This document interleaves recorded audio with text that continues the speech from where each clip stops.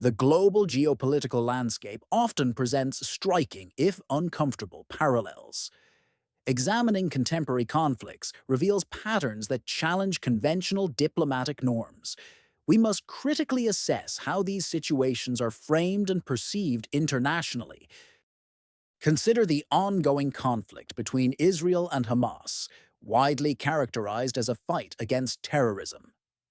This narrative emphasizes the existential threat posed by non-state actors. It frames the conflict as a necessary response to aggression and a defense of national security.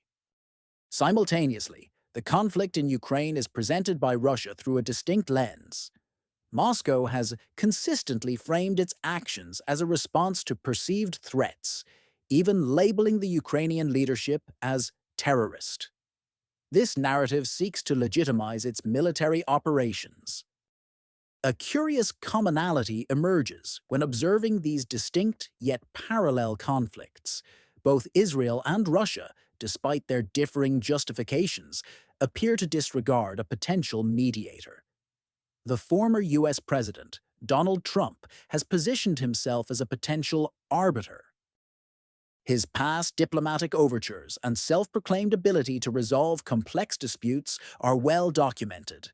Yet neither party in these intense conflicts seems to actively engage with his proposed mediation. This raises questions about the perceived efficacy of such offers. The lack of engagement from either side suggests a deeper skepticism regarding external intervention.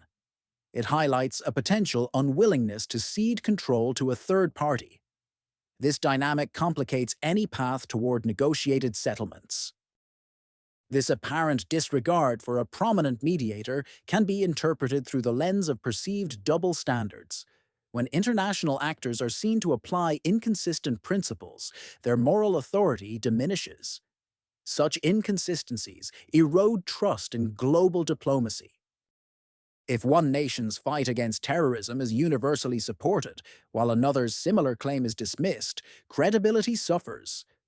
This perceived hypocrisy can lead to a breakdown in diplomatic influence. Nations may then choose to disregard external advice. Ultimately, when the international community is perceived as speaking with a bifurcated voice, its pronouncements lose their weight.